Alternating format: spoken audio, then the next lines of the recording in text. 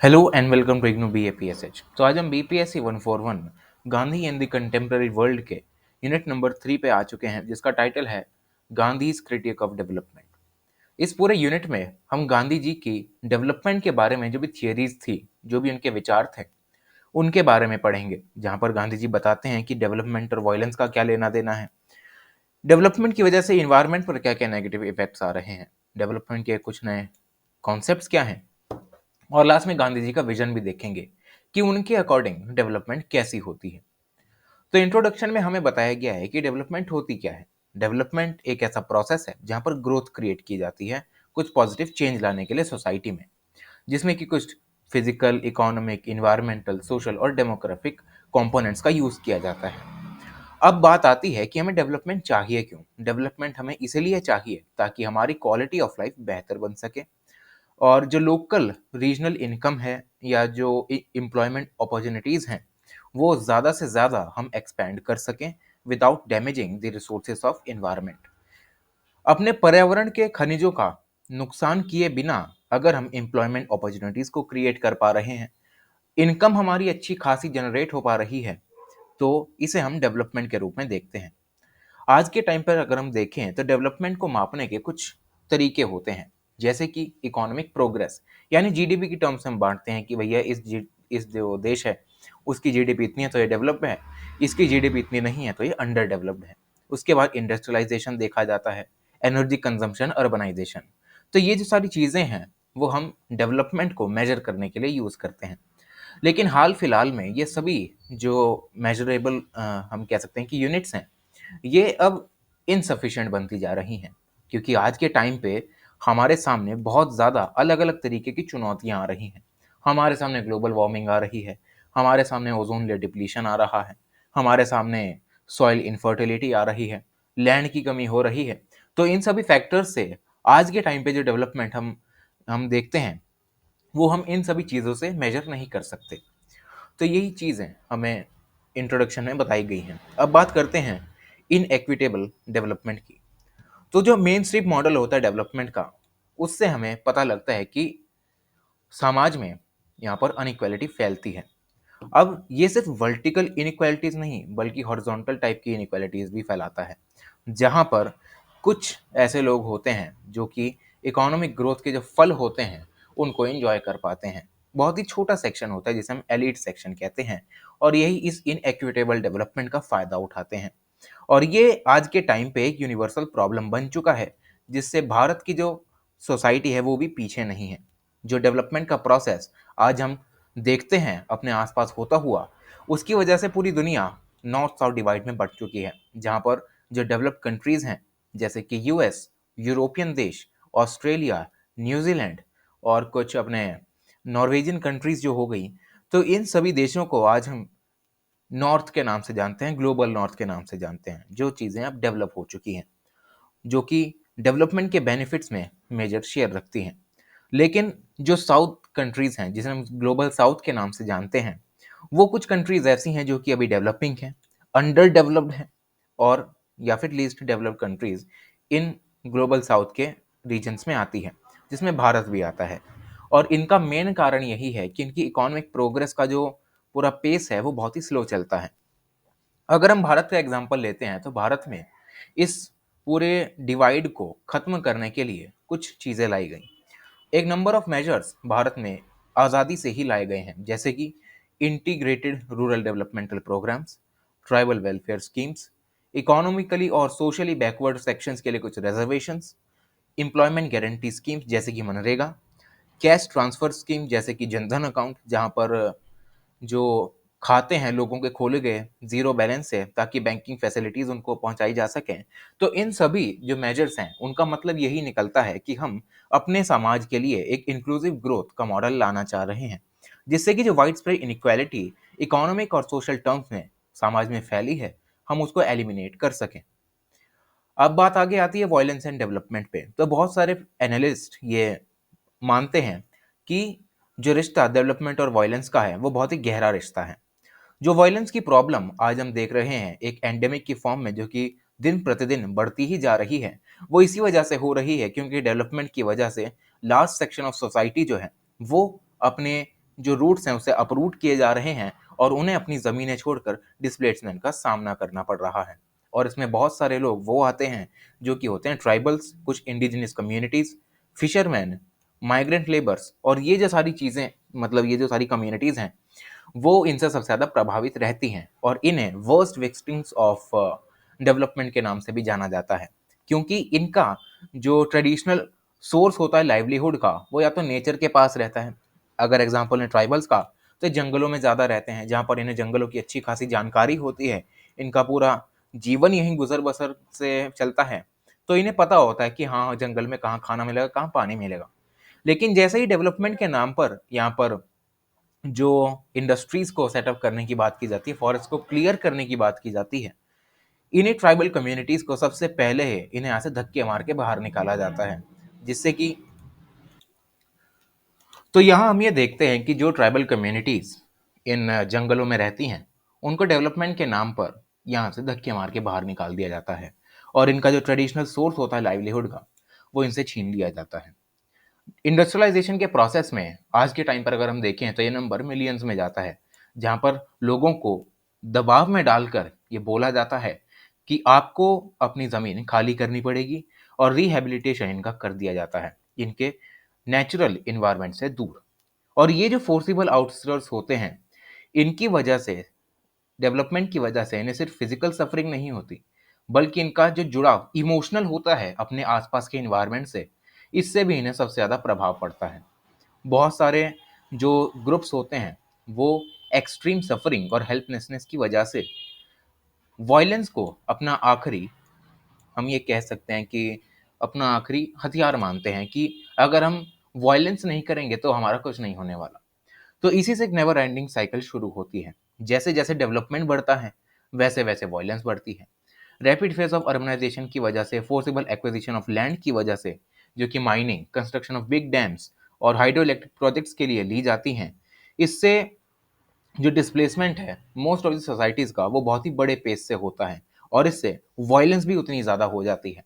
Example के रूप में अगर हम देखें भारत का, तो भारत में नक्सल और जो माओवादी लोग हैं, वो यहाँ पर दंगे ज़्यादा करते हैं। जैसे कि अभी छत्तीसगढ़ से खबर पिछले दिनों आई थी कि 30 नक्सली मारे गए हैं। तो ये सब इन्हीं वजह से होता है कि क्योंकि इनका जो, हम ये कह सकते हैं कि इनका जो लाइवलीहुड है, वो इन्हीं जंगलों में होता है। और माइनिंग हम देख सकते हैं कि बीपीएससी 143 में भी हमने पढ़ा था कि झारखंड और छत्तीसगढ़ वाला पार्ट जो है, वो खनिजों से भरपूर है। तो इन्हीं खनिजों के पास ये जो लोग हैं वो रहते हैं और अपना गुजर बसर चलाते हैं। और माइनिंग जब यहाँ पर होती है इलीगल तरीके से, तो इनके रिसोर्सेज का हनन किया जाता है और अपने रिसोर्सेज की रक्षा करने के लिए ये लोग हथियार उठाने लगते हैं। तो ये एग्जाम्पल्स हैं कुछ इस तरीके से कि कैसे डेवलपमेंट जो है, एक जगह पर तो कुछ खुशियां लाती है, वहीं दूसरी जगह यहाँ पर खून खराबा भी देखने को मिलता है। अब बात आती है डेवलपमेंट डिस्ट्रॉइंग इन्वायरमेंट की। तो इन इक्विटेबल डेवलपमेंट और ग्रोइंग वायलेंस से जो प्रेजेंट डेवलपमेंटल पैटर्न्स हैं, वो धीरे धीरे चेंज होते जा रहे हैं और इन चेंजेस की वजह से इन्वायरमेंटल इम्बैलेंसेस भी बढ़ते जा रहे हैं, जो कि ह्यूमन सोसाइटी के एग्जिस्टेंस के लिए बहुत बड़ा थ्रेट बने हुए हैं। जिसमें आता है climate change, ozone layer depletion, global warming, melting of polar ice and rising of sea levels and pollution. Example के रूप में अगर हम देखते हैं कि डेवलपमेंट तो दिल्ली में जो है, वो बहुत ही बड़े स्केल पे होता है, मेजर इंडस्ट्रीज वहाँ पे हैं। तो उन मेजर इंडस्ट्रीज से वहाँ पर कुछ धुआं वगैरह निकलता है और उनका जो वेस्ट होता है वो यमुना नदी में बहा दिया जाता है, जिसका कि एग्जाम्पल लाइव रूप में हम आज भी दिल्ली में देख सकते हैं, जहाँ पर यमुना नदी में ऊपर झाग तैरता रहता है और वहीं सर्दियाँ आते आते पराली का नाम लेके यहाँ पर धुआं, जो पॉल्यूशन होता है वो इतना ज़्यादा हो जाता है कि एयर क्वालिटी इंडेक्स बहुत बढ़कर इतना हो जाता है कि लोगों की जानें भी जा सकती हैं। तो ये होता है डेवलपिंग डिस्ट्रॉइंग द इन्वायरमेंट। उसके बाद अगर हम देखें तो प्रेजेंट फॉर्म ऑफ जो डेवलपमेंट है, उसको हाई कंजम्पशन ऑफ एनर्जी भी चाहिए, क्योंकि अगर हम एनर्जी का ज़्यादा कंजम्पशन नहीं करेंगे, तो जिस पेस से हमारी पॉपुलेशन बढ़ रही है, हमारी डिमांड बढ़ रही है, तो इससे हम इसको टैकल नहीं कर सकते और इससे एनर्जी रिसोर्सेज जो हमारे हैं, जैसे कि कोल, पेट्रोल और वाटर, इनका ज़्यादा से ज़्यादा यूज़ किया जा रहा है और इससे बहुत बड़ी डिसएडवांटेज भी हमें देखने को मिलती है, जिससे कि जो वाटर है, हमारा जो ग्राउंड वाटर है, उसका लेवल नीचे जाता जा रहा है। पेट्रोल भी कुछ ऐसा हम कह सकते हैं कि परमानेंट सॉल्यूशन नहीं है, ये भी एक ना एक दिन खत्म हो जाने वाला है।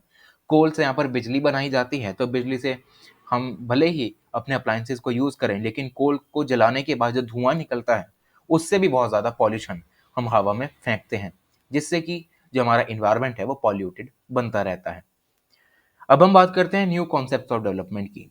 तो ऊपर के कुछ टॉपिक्स में हमने देखा कि मेन स्ट्रीम डेवलपमेंट जो है, उसमें कुछ नए नए कॉन्सेप्ट्स आए हैं, और इन नए कॉन्सेप्ट्स के आने की वजह से जो प्रॉब्लम्स इन्वायरमेंट से रिलेटेड हैं वो भी बढ़ती जा रही हैं।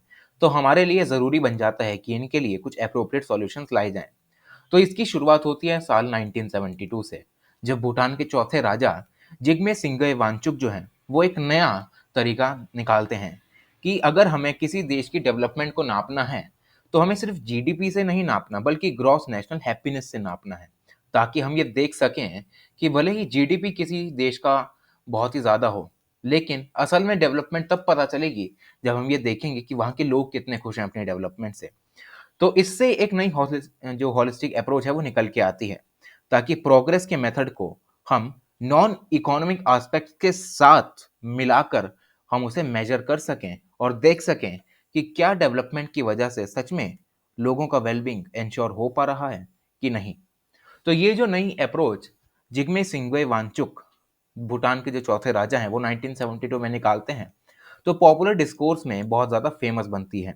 और इसके सब्सिक्वेंटली यहाँ पर हम ये देख सकते हैं कि कैसे नॉर्थ साउथ और कंट्रीज इस पूरे मॉडल पर काम करना शुरू करती हैं, जिसके उपलक्ष्य में हमें ये दिखाई देता है कि बर्टलैंड कमीशन नाम की एक कमीशन बनाई जाती है, जिसके जो चेयरमैन होते हैं वो होते हैं ग्रो हार्लेम बर्टलैंड, जो कि उस समय के नॉर्वे के प्रधानमंत्री होते हैं, जहाँ पर पहली बार सस्टेनेबल डेवलपमेंट के कुछ कॉन्सेप्ट्स को लाया जाता है। इसमें दो की एस्पेक्ट्स होते हैं। पहला एस्पेक्ट ये होता है कि हमें एक नीड को सबसे पहले जानना चाहिए कि कितनी एसेंशियल नीड्स हैं। ठीक है, कि जो हमारे अमीर देश हैं वो तो अपनी नीड्स को आराम से फुलफिल कर सकते हैं, लेकिन गरीब देशों का क्या। तो इसमें गरीब देश जो हैं उनको प्रायोरिटी दी जाती है कि हमें ये देखना है कि गरीब देश जो हैं उनकी नीड कैसी है, और उनकी नीड्स को सबसे पहले हमें केटर करना चाहिए, बाद में अमीर, क्योंकि वो आराम से कर सकते हैं।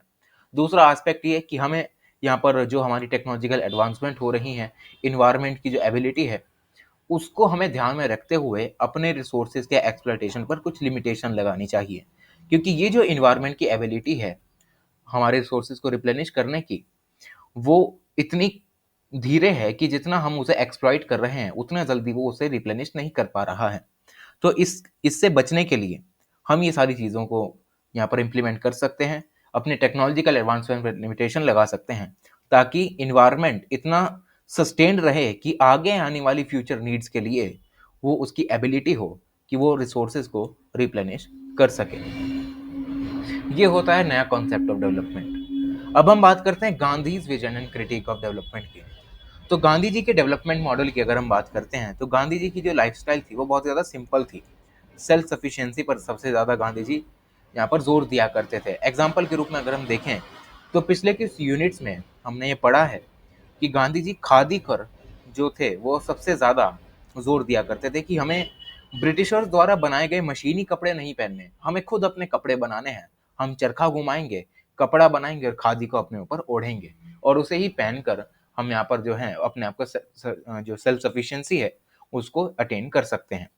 उनके विजन ऑफ डेवलपमेंट में हमें दिखाई देता है कि सिर्फ इंडस्ट्रियलाइजेशन, कंज्यूमरिज्म और अर्बनाइजेशन नहीं है, बल्कि गांधी जी हमें एक होलिस्टिक अप्रोच प्रोवाइड करते हैं, जहां पर ना सिर्फ सिर्फ इकोनॉमिक एस्पेक्ट्स पर नजर नहीं डाली जाती, बल्कि इकोनॉमिक के साथ साथ पॉलिटिकल, सोशल और स्पिरिचुअल डायमेंशंस को भी इंटरकनेक्ट करके गांधी जी हमें कुछ बातें कहते हैं, जिसमें सबसे पहला आता है interdependence and responsibility. Gandhi ji को ये लगता था कि जितनी कम डिमांड हम इन्वायरमेंट पर रखेंगे, उतने ज़्यादा जो रिसोर्सेज हैं वो लंबे समय तक हमारे पास चल सकते हैं, हम उन्हें यूज़ कर सकते हैं। सबसे पहली बात गांधी जी हमें यही बताते हैं कि हमें अपनी मिनिमल डिमांड्स इन्वायरमेंट पर रखनी चाहिए, ताकि जो रिसोर्सेज हैं वो सोशल और मॉरल गोल्स के साथ हम अलाइन करके उन्हें आगे लंबे समय तक यूज़ कर सकें। सेकंड बात आती है गांधी जी की इकोनॉमिक फिलॉसफी की। उसके बाद गांधी जी इकोनॉमिक प्रोग्रेस और मॉरल प्रोग्रेस के बीच में भी हमें डिस्टिंग्विश करते हैं, जहाँ पर गांधी जी ये कहते हैं कि हमें सबसे ज़्यादा जो है अपनी ग्रीड पर काम करना चाहिए और एक्सेसिव मटेरियलिज्म की तरफ हमें नहीं जाना चाहिए, क्योंकि इन सभी से जो ग्रीड है वो यहाँ पर बढ़ती है, तो रिसोर्सेज का ज़्यादा एक्सप्लॉयटेशन होता है। एक्सप्लॉयटेशन ज़्यादा होता है तो इन्वायरमेंट पर बर्डन पड़ता है, और इन्वायरमेंट पर अगर बर्डन पड़ गया और वो इम्बैलेंस हो गया तो ह्यूमन एग्जिस्टेंस पे ही बात आ सकती है। तो यही गांधी जी हमें बताने की कोशिश करते हैं। इसके लिए गांधी जी कहते हैं कि हमें एक ट्रस्टीशिप का मॉडल बनाना चाहिए, जहां पर यह कहा जाता है कि एक इंडिविजुअल को सिर्फ अपने हित के लिए ही रिसोर्सेज का एक्सप्लॉयटेशन नहीं करना चाहिए, बल्कि उन रिसोर्सेज को वो पूरी कम्युनिटी के लिए कैसे यूज कर सकता है, उसे उस तरीके से सोचना चाहिए और रिसोर्सेज का यूज करना चाहिए, ताकि हम एक्सप्लॉयटेटिव, कैपिटलिस्ट और टोटलिटेरियन सिस्टम से बच सकें। फिर आता है डिसेंट्रलाइजेशन। डिसेंट्रलाइजेशन में गांधी जी बताते हैं कि हमें एक डिसेंट्रलाइज पॉलिटिकल और इकोनॉमिक सिस्टम बनाना चाहिए, जहां पर जो ग्रास रूट कम्युनिटीज हैं वो डिसीजन मेकिंग प्रोसेस में अपना एक्टिव पार्टिसिपेशन दे सकें, क्योंकि अल्टीमेटली जो ये सारी चीजें हैं वो ग्राउंड लेवल से ही शुरू होती हैं। करप्शन ग्राउंड लेवल से शुरू होता है और टॉप लीडरशिप पर पहुंचता है। तो इसमें गांधी जी हमें बताने की कोशिश करते हैं कि जब तक ग्रास रूट लेवल पे जो सारी कम्युनिटीज हैं वो डिसीजन मेकिंग प्रोसेस में नहीं आएंगी, तो असल में जिन चीजों की हमें जरूरत है, किन पॉलिसीज को हमें इंप्लीमेंट करना है ग्राउंड पे, वो हमें पता ही नहीं लग पाएगा। तो इसी वजह से गांधी जी डिसेंट्रलाइजेशन की भी बात करते हैं। फिर बात आती है एथिकल लेबर की। एथिकल लेबर में गांधी जी एक कॉन्सेप्ट देते हैं जिसका नाम है bread labour concept. Bread labour concept में गांधी जी ये बताते हैं कि जो भी सोसाइटी में हायरार्की बनी हुई है वो यहाँ पर खत्म हो सकती है और इक्वालिटी और कम्युनिटी स्पिरिट डेवलप हो सकती है। इनका जो प्रिंसिपल है, इसका मतलब ये है कि जो भी इंसान जो है वो काम करना चाहता है वो काम करे और अपने लाइवलीहुड को खुद ही अर्न करे, ना कि किसी के ऊपर डिपेंडेंट होके अपने फिजिकल वर्क से वो यहाँ पर अपने लाइवलीहुड को चला सकता है, regardless of their social status. क्योंकि अगर हम बात करें डेवलपमेंट की, तो डेवलपमेंट प्रोसेस में जो सोशल स्टेटस है वो बहुत ज़्यादा देखा जाता है। एग्जाम्पल के रूप में अगर कोई अमीर है तो उसे आसानी से यहाँ पर डिसीजन मेकिंग प्रोसेस में भी इंक्लूड कर लिया जाता है, वो पॉलिसी को एग्जीक्यूट भी करता है, और डेवलपमेंट का जो सारा हम कह सकते हैं कि पैसा या फ़ायदा होता है वो उन्हें पहुंचता है। क्योंकि वो अमीर हैं, उनका सोशल स्टेटस बड़ा है सोसाइटी में, तो उन्हें सबसे ज़्यादा यहाँ पर प्रिविलेजेस भी मिलती हैं। लेकिन जो लोग सोशल स्टेटस में इतने अच्छे नहीं हैं, उनका क्या? इसी से यहाँ पर प्रभावित होकर Gandhi ji bread labour concept का यूज करते हैं, जहाँ पर गांधी जी कहते हैं कि हर किसी को अपने फिजिकल वर्क से लाइवलीहुड को कमाना चाहिए, अपने सोशल स्टेटस को रिगार्ड दिए बिना, ताकि इससे जो डिग्निटी ऑफ वर्क है वो फॉस्टर हो सकती है और सोसाइटी में एक सेंस ऑफ इक्वालिटी भी आ सकती है। तो इन सारे आइडिया से हम ये देख सकते हैं कि गांधी जी हम बताने की कोशिश कर रहे हैं कि हमें सेल्फ रिलायंट बनने की कोशिश करनी चाहिए, आत्मनिर्भर बनने की कोशिश करनी चाहिए, ताकि एक हार्मोनियस सोसाइटी बन सके जहाँ पर हर एक इंडिविजुअल सबके कॉमन गुड के लिए कॉन्ट्रीब्यूशन दे सके। फिर लास्ट में आता है हमारे पास सोशल हार्मनी का कॉन्सेप्ट। सोशल हार्मनी में गांधी जी कहते हैं कि डेवलपमेंट एक इंक्लूसिव प्रोसेस है और सेंटर होना चाहिए सर्वधर्म संभव पे। मतलब हमें रिलीजन को यहाँ पर ध्यान में रखते हुए कभी भी डेवलपमेंट नहीं करनी चाहिए।